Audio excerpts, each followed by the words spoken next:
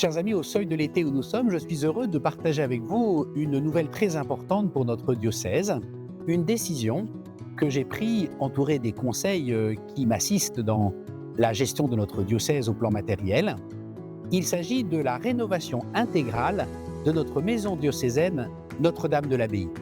C'est une maison que beaucoup connaissent ici dans l'Aude parce que c'est un lieu historique où se trouvent des traces de présence chrétienne qui remontent à l'époque romaine, parce que c'est aussi un lieu patrimonial situé juste sous les murs de la cité de Carcassonne, et puis surtout parce que c'est un lieu familial où tant de choses déjà de la vie de notre diocèse se sont vécues.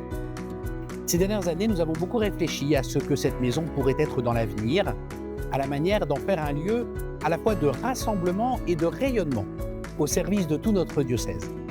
La décision est donc prise.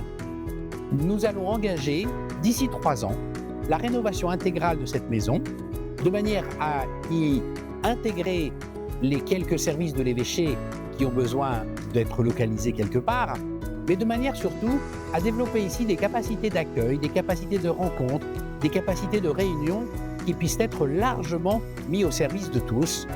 Dans cette maison également, nous allons pouvoir présenter de manière plus déployée le riche patrimoine spirituel, historique et religieux de notre diocèse. Ça n'est pas demain la veille que nous nous installerons dans cette maison, mais enfin la décision est prise. La demande de permis de construire sera prochainement déposée.